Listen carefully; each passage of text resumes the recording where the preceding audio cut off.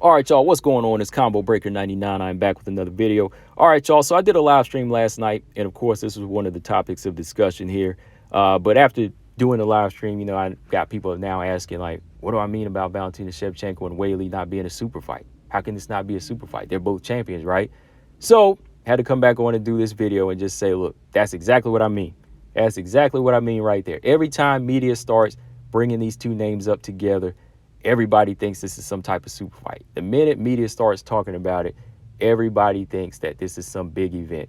And media is a dangerous thing. Media across the board, across the world, how you push narratives and how you twist words and how you present different things and how you ask questions, it can influence people. It really can. Now, I'm not saying this is like this major influence worldwide, but I'm just taking this as a small example. Like the minute you mention Weili to Valentina or Valentina to Weili, the casual fan or the Weili fanboy or the Valentina fanboy, they get brainwashed. They really get brainwashed. Nobody's really just thinking about the fight game in this case here. They're just thinking about their favorite fighter or what the media is pushing, because they know the media is this big monster and this big beast that knows everything, right? They know all the good questions to ask, right? They know everything about this particular fighter that could make this thing big. So the minute they ask a question about another fighter to their favorite fighter, they're like, this must be a super fight.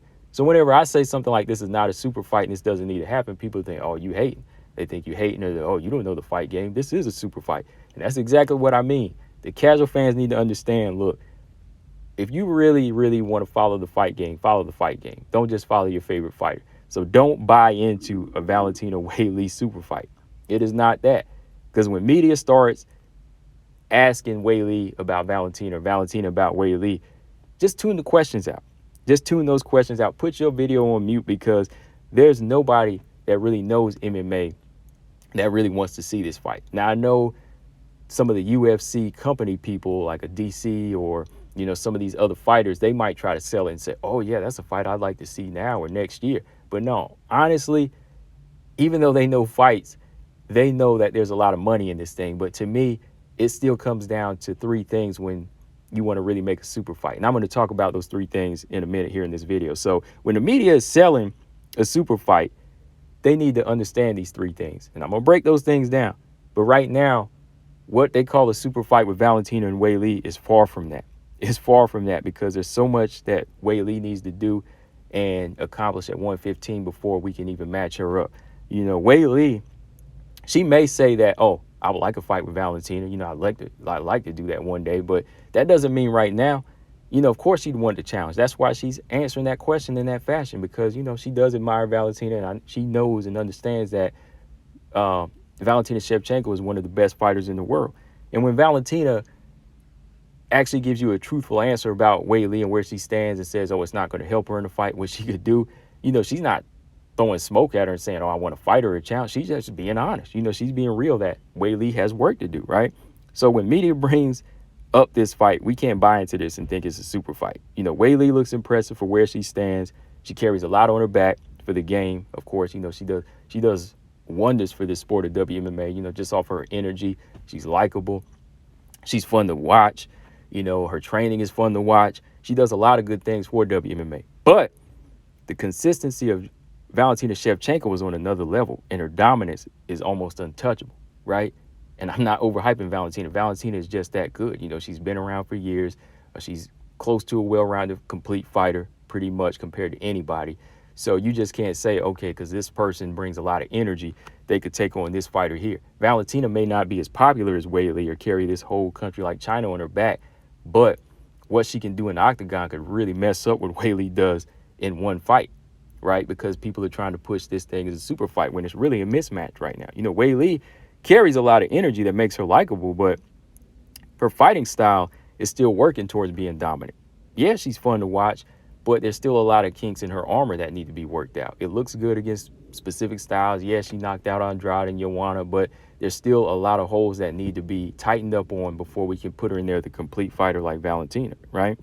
She's never really touched the point yet to make a big enough statement at 115 yet.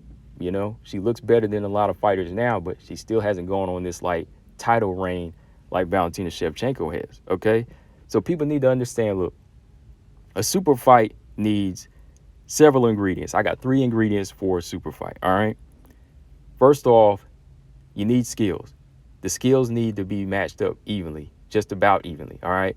The skills of both fighters that we're talking about, the skills have to be almost 50-50, because they have to make us ask questions like, wow, like who's the better puncher? Who's the better grappler? Or if they're, one person's like this top-notch striker and this top-notch grappler, you match them up.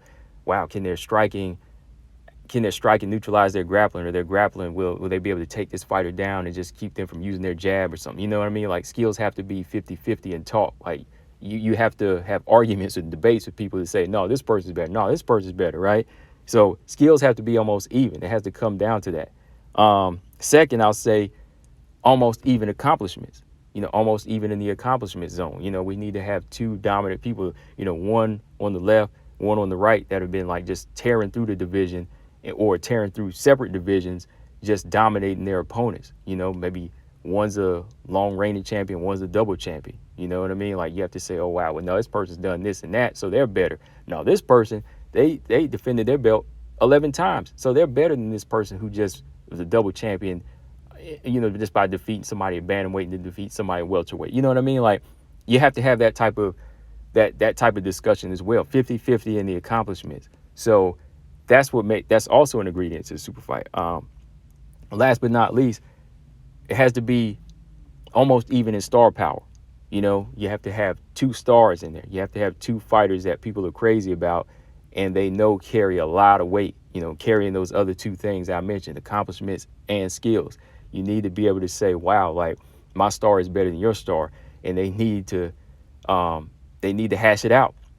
They need to hash it out. They need to go in there and explode, and that's what makes a super fight. The best examples are Floyd Mayweather and Manny Pacquiao. As of today, Spence and Crawford. I know Spence and Crawford in boxing is not as big as Floyd and Manny, but if you look at those early ingredients, it still adds up to something similar. It's what makes a super fight, because they're in the same division and they're tearing through the division and they have a lot of accomplishments, right? You can't have 2 number ones, okay? For MMA, I'd say Conor and Khabib. Conor and Khabib, one, top-notch striker, good kickboxer versus this grappler. But going back to like Floyd and Manny, when they were on their come up, they were almost even in star power. Look, people love Manny, people love Floyd. People want to see Floyd lose. They want to see Manny matched up with him. They have 2 different styles, and they're almost even in those styles because they ran through the division. And their accomplishments, multi-division world champions. Then eventually somebody's going to say, well, I want to see Floyd in there with Manny. Well, I want to see Manny in there with Floyd because I'm getting bored seeing them beating all these other people. So let's match them up. See, it needs to come to that. See, Valentina and Weili, it hasn't came to that for me. It hasn't come to that for me because Valentina could still fight Manon. She could fight Tyler Santos again. She could move up to 135, fight Juliana Pena, Amanda Nunes. Those are the fighters more in her realm that I want to see. So she has a lot of selections to choose from. Even in the flyweight division, you got fighters on the come up that they're trying to build up for her. So there's so much going on for Valentina on her own that she can accomplish right now, and just keep her going and still build up her legacy. This is not even like a fight that needs to be mentioned because, again, Zhang Weili just got her belt back. She just got her belt back, and yes, she went 2-0 this year, but what about these other fighters that are in the division? Strawweight division is a very, very talent-heavy division, even more so than 125. It's a division where the belt can jump around. Well, the big question is, can Zhang Weili stop that? Can she stop that belt from jumping around now? Can she hold it together? Can she keep that belt? Can she dominate fighters? I don't know. We don't know, so it needs to be seen. So Valentina, she's done what she could with her division. She's on her dominant reign, but Zhang Weili still needs to do something similar to that, kind of like Joanna did. Get her 5 title defenses. See, when Joanna got 5 title defenses, lost to Rose, but then moved up to 125 to fight Valentina. Yeah, we all knew Valentina would win that fight because they fought like 3 times in Muay Thai and she beat Joanna all 3 times. But still, it was kind of like a fun fight. It was a fun fight. But if they want to build up Weili's got to beat these other strawweights like a Lemos, a Rose. Close that chapter on Rose, number 1. You got to close that chapter on Rose. That has to be closed up because if she never beats Rose, then I never want to see her fight Valentina. Let me get that straight right now. If she never gets to fight with Rose and and avenges that loss, then I never want to see her fight Valentina, because that already tell you that can pretty much already measure how a fight with Valentina would go. All right. So beating Rose, beating Amanda Lemos, Andrade again, and just going on a solid streak to a point where it's almost like she's bored and just that dominant. And then it just builds up her accomplishments. Then we can talk. In the meantime, Valentina can work on building up her star power by, going in there and seeing if she can gain that win over Tyler, a convincing win over Tyler Santos, or a convincing win over Nunes, right? So that's the one thing she needs to rise in the star power. Whereas Weili needs to rise up in accomplishments. Then you'd have your super fight somewhere 3 years down the line from here, if that's how it works out. So that's just how I see it, y'all. And going back to what Val said about Weili improving, her skills and her strength, she's right. She did improve, but all of that is not going to help.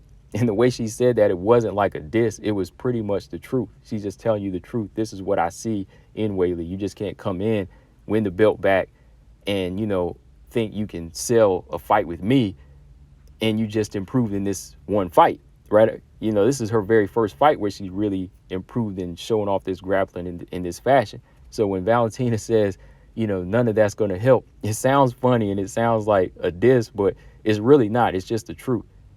She still needs to put together a good string of wins and show she's a complete fighter before we can talk about Valentina versus Weili. All right. So yeah, matching in accomplishments, and skill set and star power. Once they prove to be the best in WMMA, then you can make that fight. All right. And that's why, we're still trying to, well, for the most part, the hardcore fans are still trying to see Nunes versus Shevchenko 3. Why? Because they're considered the best right now of WMMA across the board, right? So people want to see if Shevchenko can finally get a third win, a third fight and win this time around. That's what it is for their situation. But right now, Weili's kind of on her own path, as far as becoming complete and a dominant champion. When she does that, then she'll be talked about in that realm. So yeah, up to the people that are asking me, or, saying, how could I think this is not a super fight? It is not. It is not a super fight. So when you hear media talking about it, understand, media, they can stretch things and they can manipulate your mind, and they can make you believe something that's not really there or true, right? I mean, that's just how I see it, guys. So whenever you hear somebody saying, oh, Weili can take on Valentina, hey, go do your research first. But yeah, that's all I got on this one, guys. What do y'all think are the keys to making a super fight? Those are my 3. But as of right now, Valentina Shevchenko versus Zhang Weili is not a super fight. Maybe somewhere in another 3 years, but not right now. Combo Breaker 99. I'm out. Subscribe. Peace.